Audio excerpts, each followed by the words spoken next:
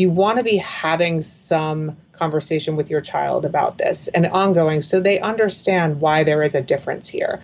And part of talking to them about it is listening and hearing what they have to say about it, rather than just saying it's, of course you're important. Of course your brother or your sister has this issue that you don't have. You want to say, oh, how do you feel about that? What do you understand about what Johnny is dealing with? Welcome to Tilt Parenting, a podcast featuring interviews and conversations aimed at inspiring, informing, and supporting parents raising differently wired kids. I'm your host, Debbie Reber, and I'm excited to be bringing to you a show on the topic I probably get requested the most, and that is how to manage the dynamic between siblings, specifically when one or more siblings is neurodivergent and the other, or more than one other, is neurotypical.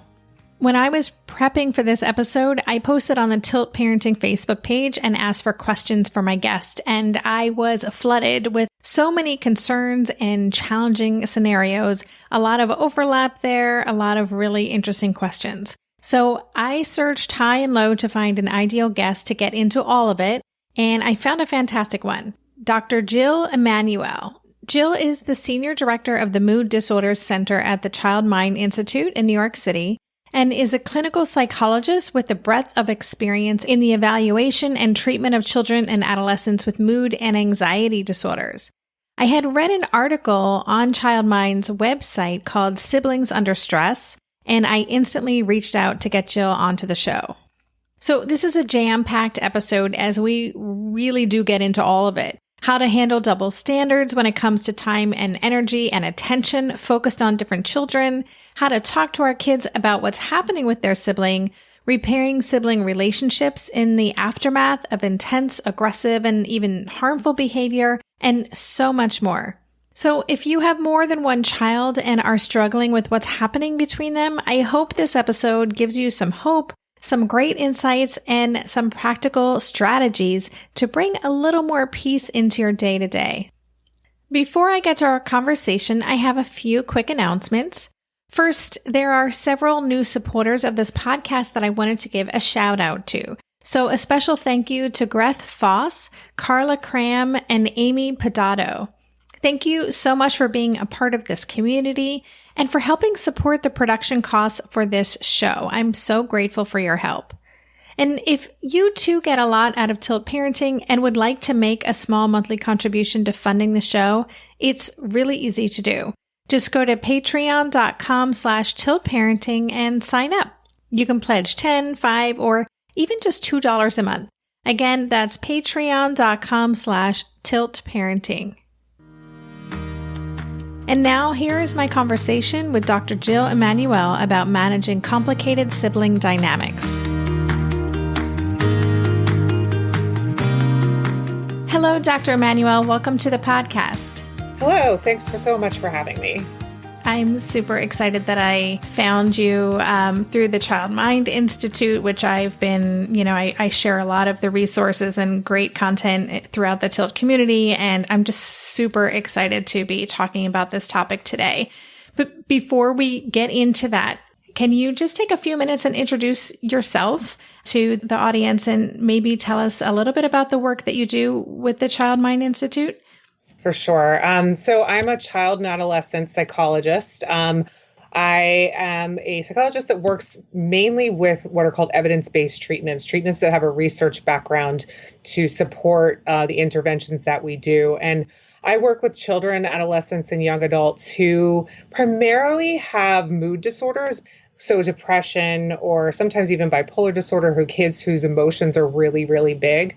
And we do different kinds of treatments such as cognitive behavioral therapy or dialectical behavior therapy, if you've heard of some of those terms, to help these children. But a lot of those kids, of course, no kid has just one thing that they're dealing with a lot of the time. So we deal with kids who have ADHD and anxiety, kids who are struggling in school, kids who are very gifted and don't know how to deal with social skills, kids who have learning disabilities. So there's lots of different problems and issues that kids are dealing with. My organization is called the Child Mind Institute. We're based in New York City, and we are a nonprofit that is dedicated to transforming the lives of children and families struggling with mental health and learning disorders. So we have a lot of good resources on our website, which is childmind.org. And I always encourage people to go there and read them because there's just great stuff on there. And we do a lot of work both with advocacy and also with clinical work as well with children. Yeah, absolutely. And again, I think Child Mind and Understood are the two resources I refer to the most. And there is so much great content on your website. So I'm so happy to be having you on the show to talk about this today.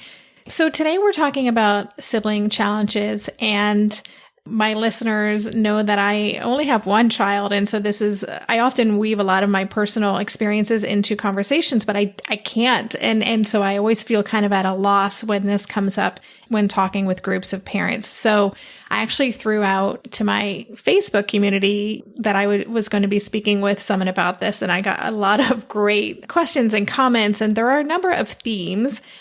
And I just kind of wanted to start in the very beginning.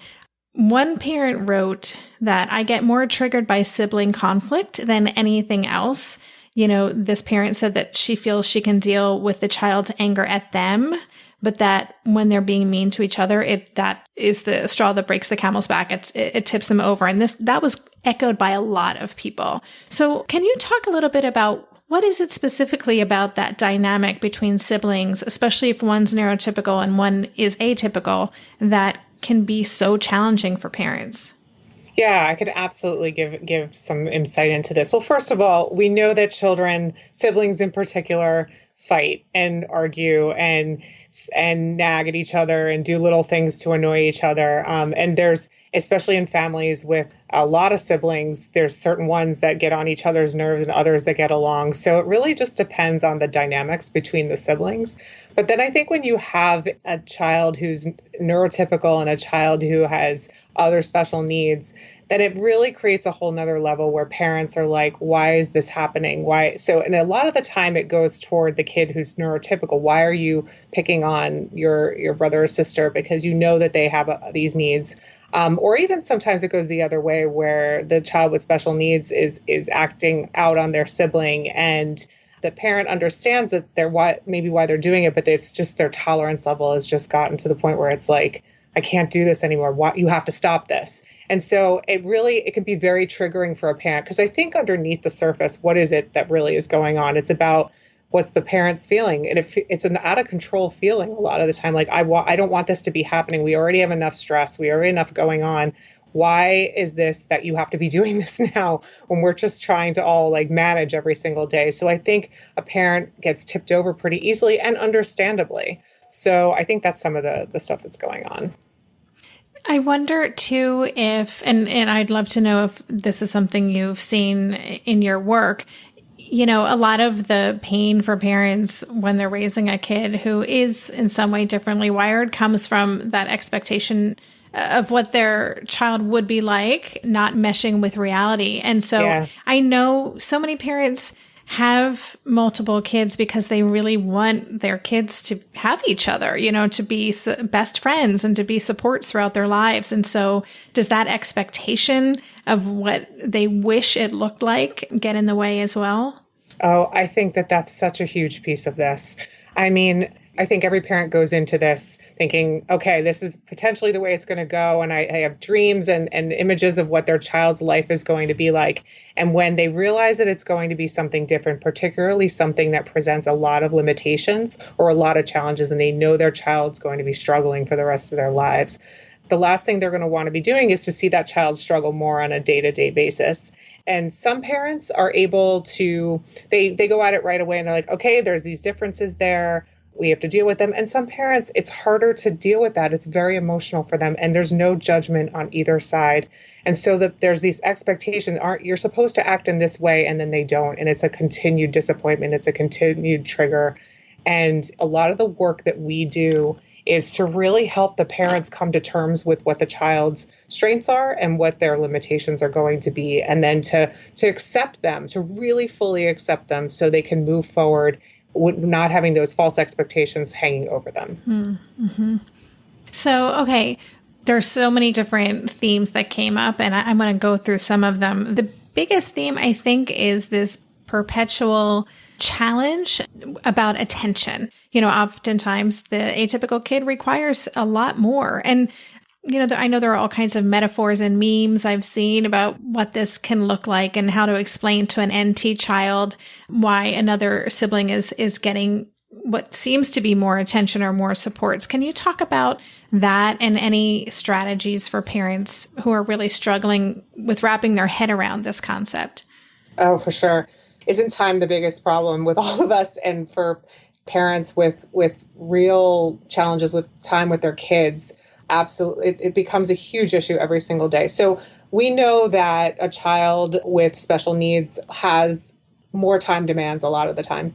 And so what happens is, until the parent picks up on that they're actually spending so much time on one child and not another, that other child is definitely not getting as much attention. That being said, once a parent does realize that, or maybe they've known it the whole time, I think there's a false expectation that you have to then spend an equal amount of time. And it's not about the quantity, it's about the quality. So what we try to tell parents is that even if you give that other child just 10 minutes a day of an undivided attention, where it's not about the phone and it's not about a screen or anything like that, where it's truly interactive, or just being there, holding them, doing something where it's just them, 10 minutes a day. And some parents might be, 10 minutes is even hard to find, and I get that. But that will do a world of wonder. Parents often will go to the point where they say, oh, no, I'm not spending all this time, and then they don't wind up spending any time. So just to set the bar a little lower and say, I just got to give them 10 minutes. Maybe it's 10 minutes before they go to bed, or you have a particular routine that you do every single night. Maybe it's that other child gets to sit next to you at the dinner table, or help you make dinner, or do something like that, where it's very much that kind of undivided attention. It doesn't have to be all fun and games. It can be lots of different tasks. So be creative about it and think about just how can you be with that other child for 10 minutes a day. Yeah, that makes sense. And I can see that's probably just a reframe for a lot of parents to recognize it's, that quantity versus quality piece. Does the same go for, I don't know, maybe jealousy for the NT child because their sibling gets extra supports or extra accommodations, or, whether maybe it's in sports teams or after school activities or things like that, what might be perceived as a double standard? Is this something that parents should be talking openly with the kids about so they kind of understand the reasons why these things are happening, or how should parents handle that? Yes, absolutely. You want to talk to your children about it all the time. You want to make sure that they understand. It's never too early to start talking about who their sibling is and what their sibling can do and what their sibling can't do. And they have to, of course, talk about it in an appropriate developmental way. But some siblings may not understand what's happening with their brother or sister. They also sometimes may feel guilty that they've done something wrong, or they somehow caused it. Or they may even feel like they're not as important because they don't get as much attention. You want to be having some conversation with your child about this and ongoing, so they understand why there is a difference here. And part of talking to them about it is listening and hearing what they have to say about it, rather than just saying it's, of course you're important. Of course your brother or your sister has this issue that you don't have. You want to say, oh, how do you feel about that? What do you understand about what Johnny is dealing with? Do you know why we have to spend an hour going to this appointment this day? This is why we have to go to this appointment. So those are some of the things that parents can do. Okay. All right. I want to get to what I would consider to be one of the biggest questions, and maybe the toughest question. I'm super curious to hear what you would say. I hear from a lot of parents about kids who their relationship with their sibling has really suffered. Maybe there's trauma involved. That sibling might have been the recipient of a lot of aggressive or big or scary behavior. How do you begin to repair that? I think maybe this is a two-pronged question. In the moment, do you have ideas about how to keep kids safe, or give the neurotypical kids or both kids strategies in those hard, combative situations? And then how do we go about repairing when there has been some real damage done to the dynamic? That's a very challenging question, isn't it? There's a lot of different ways I can answer it too, because I think it depends on the situation. So I'll try to give something very general, but I think it's really going to depend. So what happens is there are definitely situations in which there is arguing, fighting, even some aggression, things getting thrown, people getting punched, things that are very scary that happen. And in the moment, the first priority, of course, is to make sure everybody stays safe. So that may mean to separate kids from each other, make sure one's in one room, one's in another, to make sure that everybody calms down and everybody's emotions are lower before any kind of consequences are given for behavior. And it's really important that consequences are given. So we always say we want to praise a child when they do well, and we also want to make sure that we give appropriate consequences when there's something they've not done well and they need to learn. So that would be the second part of handling it, is to be able to, once all the emotions have calmed down, to have everybody sit together and talk about, if possible, this may not always be possible, what happened and what could be different next time, and to make sure that consequences are given. I think for the siblings that are struggling with their other siblings that are having these difficulties, there's a number of different ways I think you can go about addressing it. One, again, is to have those conversations with them at another time. Some siblings go into therapy themselves to get some support. There are also in some places some sibling support groups for children with special needs, or sibling support groups. They have sibling support groups of kids who have medical disorders like cancer or something like that. So there are sometimes other support groups for siblings. I think it's also that one thing that can happen during these periods is that if there's been a rupture, a real traumatic event, that it's hard to get back to normal routine. It's really important to get back into your normal routine as fast as you can, so kids can get back to what they know and expect, so they feel safe. Those are some of the things that come to mind right away. Maybe I've watched too many seasons of The Amazing Race, but every time I have to go somewhere on the subway, I treat it like a competition.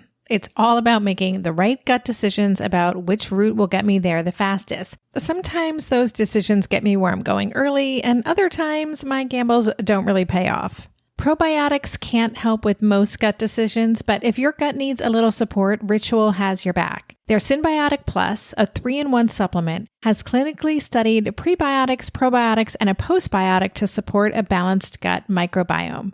I've been using Synbiotic Plus for about 6 months now, and it's become a core part of my morning routine. I take the mini capsule every morning while making my way through my inbox, whether I'm at home or I'm on the road, because it doesn't need to be refrigerated. And the capsule itself is delayed released, which helps it survive the harsh conditions of the upper GI tract for delivery to the colon. And that's exactly where we want it to go. Ritual invested in a study modeling the human colon, which showed that Synbiotic Plus significantly increased microbial diversity and the growth of beneficial bacteria.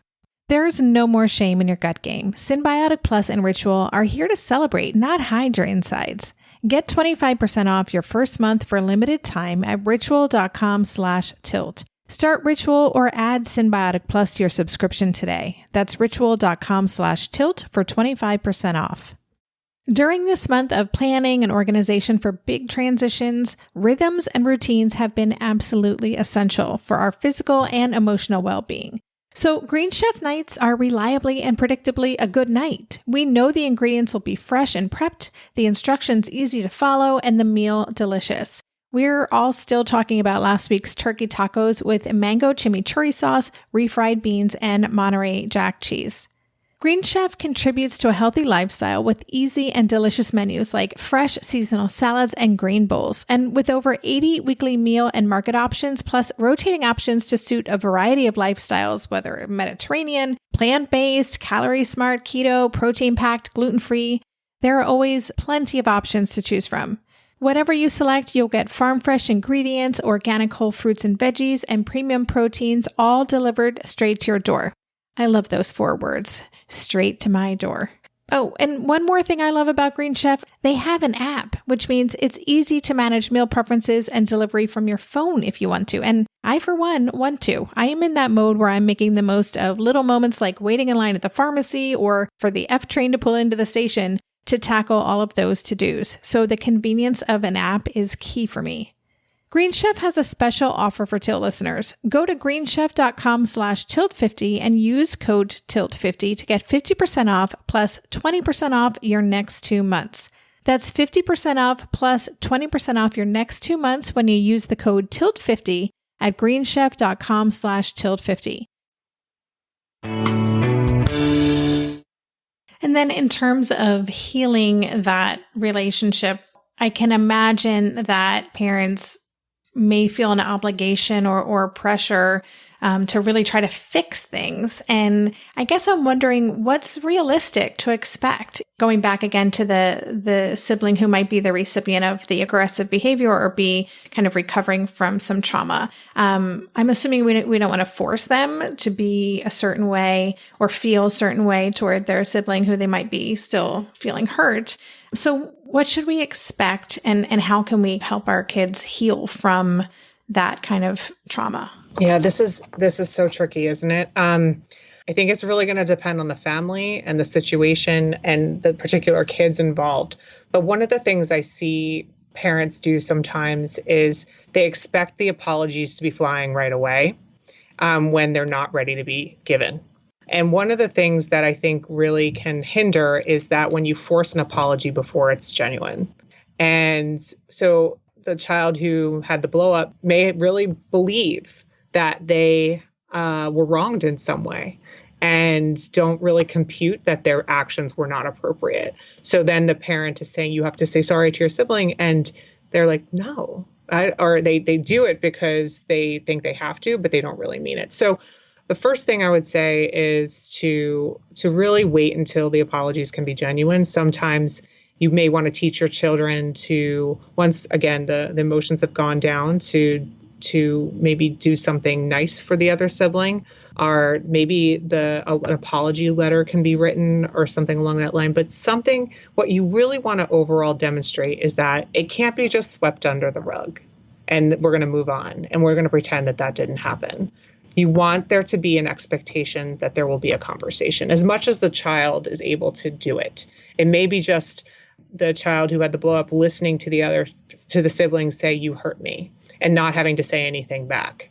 It may be that the child who was wronged actually has to sit down and listen to an apology when they're maybe having some hard time doing it, or maybe they wait until there's a time when both people feel ready. But so there's a lot of different possibilities. But again, the biggest point is to say, don't sweep it under the rug, because it also creates a sense of where there's not safety because they know it's going to happen again. And they're like, well, let me just wait till the next blow up. And then they're living in a state of uncertainty and lack of safety. Yeah. I love that advice about not forcing the apologies, because I think that's kind of a default for so many parents, right? Like, say you're sorry and you just want to kind of move on. But I guess what I'm hearing is that too, this is a process, like everything is with raising differently wired kids. Like, this is something that's going to take time and a lot of conversations, and we shouldn't expect kind of quick fixes when we're trying to foster better relationships with our kids. For sure. Yeah. Okay. So, all right. So here's another question that came up a lot, and it is regarding younger siblings mimicking an older sibling's behavior. There's a lot of concern about them copying, just immature or aggressive behavior, or that they're going to normalize that because that's what they're seeing their older sibling being rude or explosive. So any thoughts on that and how to prevent that from becoming their new normal? Yes, many. So first of all, one of the things we have to recognize is that it's so typical for any child to mimic the behavior of especially an older sibling, right? That in and of itself can be very cute, and there will be lots of examples where it's like, oh, that's adorable, that's funny, but then it's not when it's a negative behavior. So the most effective way a parent can address this is, again, to give appropriate consequences and consistently.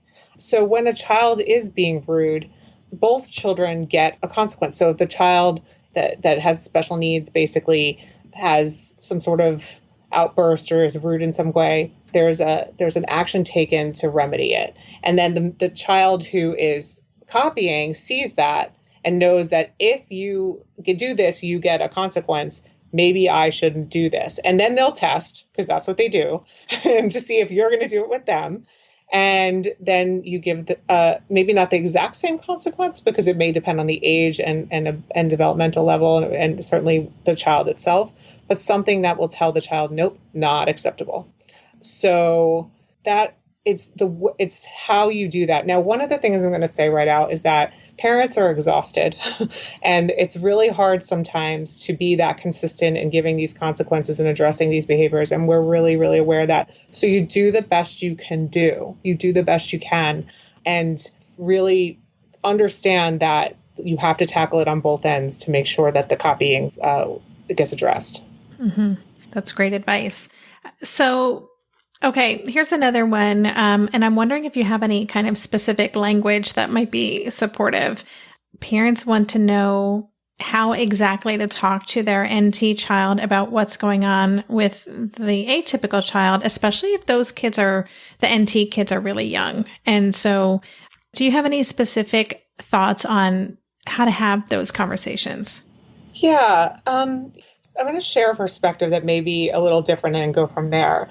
I have friends who have a child with pretty significant special needs, and then they have a younger son. And one of the things that they've done, I've noticed, is that they've demonstrated that their life is their life, and that the way their life works is around the child with special needs. And that younger child has just adapted really nicely because that's his life and that's what he knows. And so I think the younger ones particularly, what they are seeing is their world. So we think that we have to explain to them that there's a difference here and all that kind of stuff.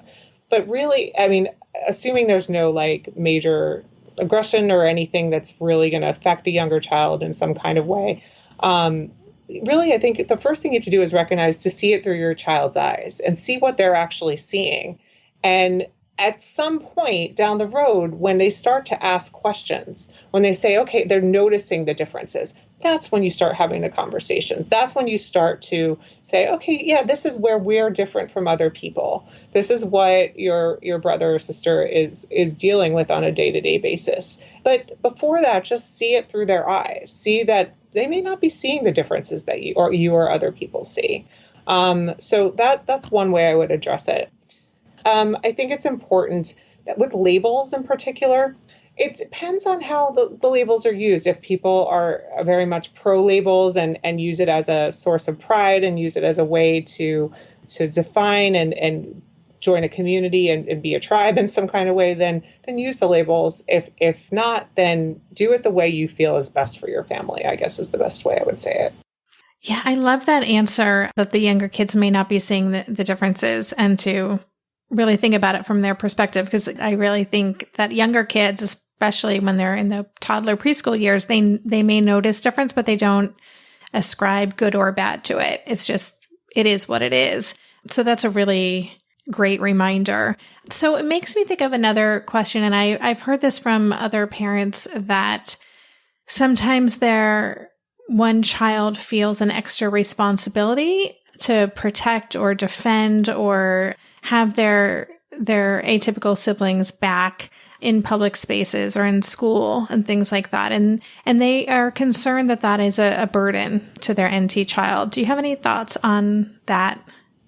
Yeah, I think that actually does happen sometimes, especially when the kids get into the world. I think the NT child typically sometimes often takes a protective role, either in the family or even in school or in the community in some kind of way where they feel like they know there's a difference. They know that their sibling is more vulnerable in some kind of way and they need to protect them. And as a result, I've heard situations where there would be a child with special needs in like the fourth grade, and they were brought down to their younger sibling's classroom in the first grade, who's the NT child, in order to calm them down. Like I've heard situations like that. And so I think what would be important is to recognize that if that child is feeling that sense of protection, to, again, talk to them and reassure them that they're not really responsible for that. and that they are responsible for taking care of themselves, and that you're very proud of them for looking out for their sibling, and we all want to look out for each other, but they don't have to protect them. The parents are the ones doing the protecting. The other thing that happens sometimes is that the NT child feels like they have to be perfect because the special needs child isn't, if you will.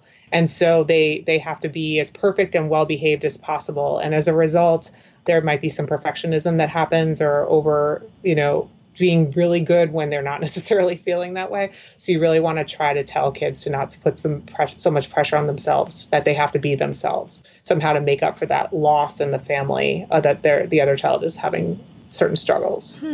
That's super interesting. It makes sense. I hadn't thought of that, but I could see how easily that would happen. Hey there, it's Debbie. I love making this show and sharing conversations about how to support our awesome neurodivergent kids. I've seen how even one little insight from an interview can spark a big shift in daily life. But I know that raising complex kids can be messy and lonely. And just when we think we figured it out, something comes up that boots us right back to feeling overwhelmed and stuck. That's why I've poured everything into creating a way for parents like us navigating complex parenting journeys to join together and chart a path that feels positive, hopeful, and doable. It's the brand new Differently Wired Club experience. In the club, you'll get personal support from me and other seasoned parent coaches, 6 live calls every month where you can connect and get your personal questions answered, the opportunity to learn directly from authors and experts like I have on this show, monthly themes for getting specific and tactical, an exclusive private podcast feed, and the best, most generous community of parents. Seriously, these folks show up for themselves and each other, and that right there is really everything, because it's a daily reminder that we're not alone. Our kids aren't broken, and we have totally got this. The recently rebooted Differently Wired Club is on a brand new platform with its very own iOS and Android app. It is such a great space. However you learn, whatever your style, no matter the ages, genders, and neurodivergent profile of your children, the Differently Wired Club can help you cultivate the positive shifts you're hoping for. Join us today by going to tiltparenting.com/club. That's tiltparenting.com/club. I hope to see you on the inside.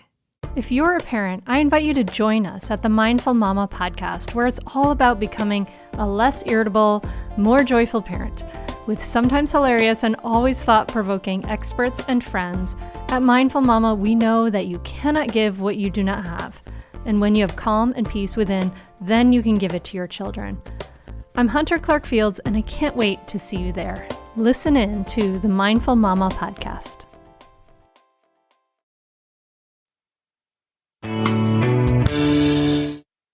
And so your answer to the question too about NT kids identifying as protectors of their siblings, I'm just going to ask you this. Maybe it's just restating what you just said, but because this specifically was a question that came up, should parents enlist their NT children to be resources or supports for their atypical siblings? Or it sounds to me from your answer that we do not want them to feel any responsibility for playing that role.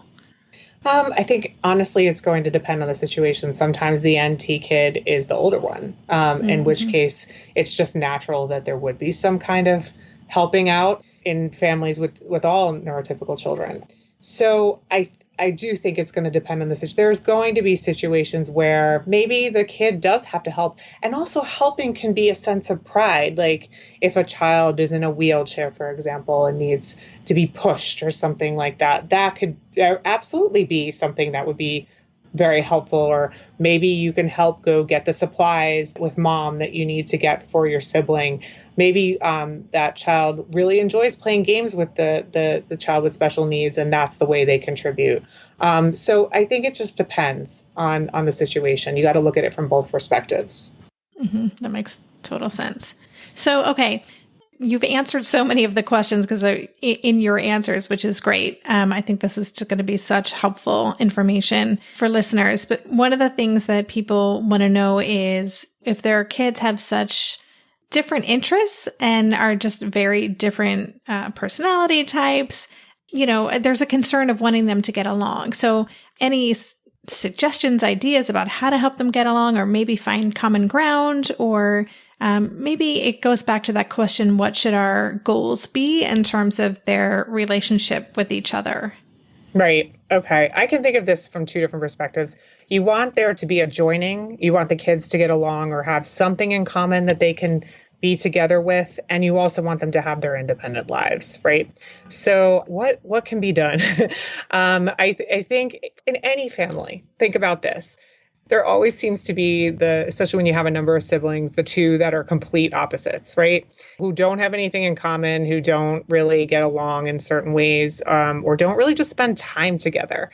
So I think the way you can start this process is by having the family be doing something together. If you're really going to try and join the kids, having everybody do something together, that's an activity. And then maybe the parents can get creative and do something where you have to split the kids up into doing different tasks for a bigger goal.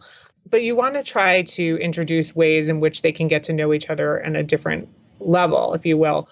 Or maybe you just find that one thing that they have in common, that maybe they both like to color. Maybe they both like to bounce the ball outside. Maybe they both like watching YouTube videos for 15 minutes, or half an hour, or even longer sometimes.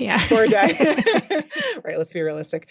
And so if, you don't want your kids watching YouTube videos all the time, but if that's what they both enjoy, then maybe you can say, okay, why don't you show your brother 3 of the videos that you like, and you show your sister 3 of the videos that they like, and they can watch them together and see if that works. You got to try different things to try and get them. And also you have to respect that just sometimes people aren't going to be as close as other people just naturally.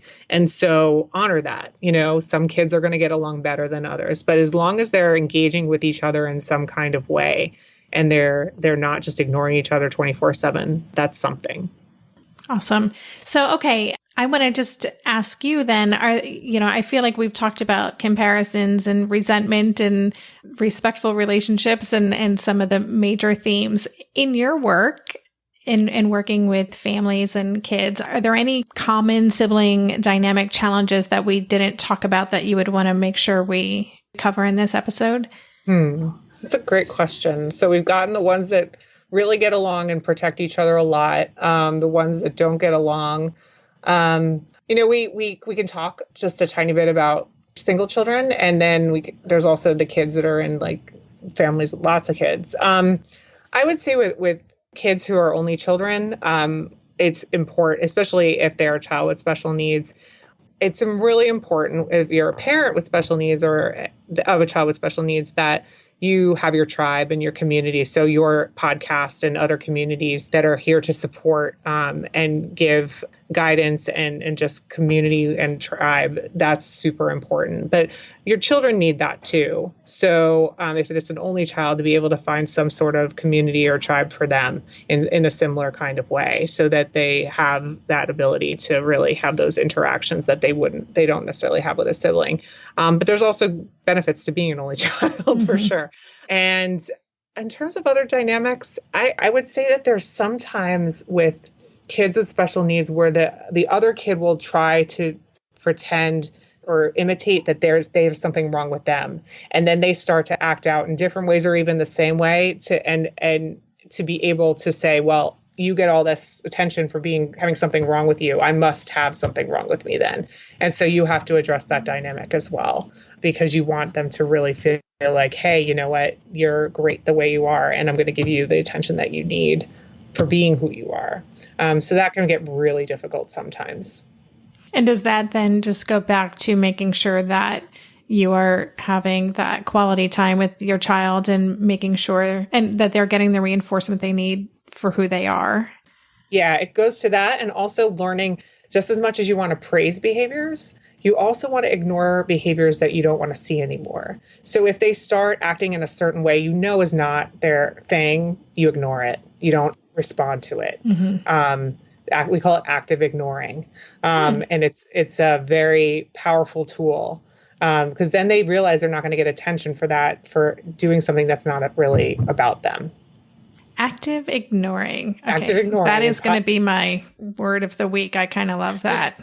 Labeled praise and active ignoring. Those are the 2 words you want to know. That's awesome. Okay, great. Well, thank you so much. This has been super interesting. We covered a lot, and I just so appreciate your expertise in this area. I know this is going to be very helpful. I'll be curious to hear what follow-up questions I get from this episode, because again, this is a topic that people are really hungry for more resources on. So thank you for taking the time to come by and share this with us. Oh, my pleasure. Thank you for having me. You've been listening to the Tilt Parenting Podcast. For the show notes for this episode, where you can download the transcript as well as find links for all the resources we discussed, visit tiltparenting.com/session176. If you want to be a part of Tilt Parenting and get my short weekly emails where I share resources, relevant news articles, and personal messages from me, you can sign up on tiltparenting.com. Lastly, don't forget to leave a rating or a review or both for Tilt Parenting on iTunes if you haven't done so already. Ratings and reviews help keep this podcast visible in an ever-growing sea of podcasts. Thank you so much for considering. And that's all for this week. For more information on Tilt Parenting, visit www.tiltparenting.com.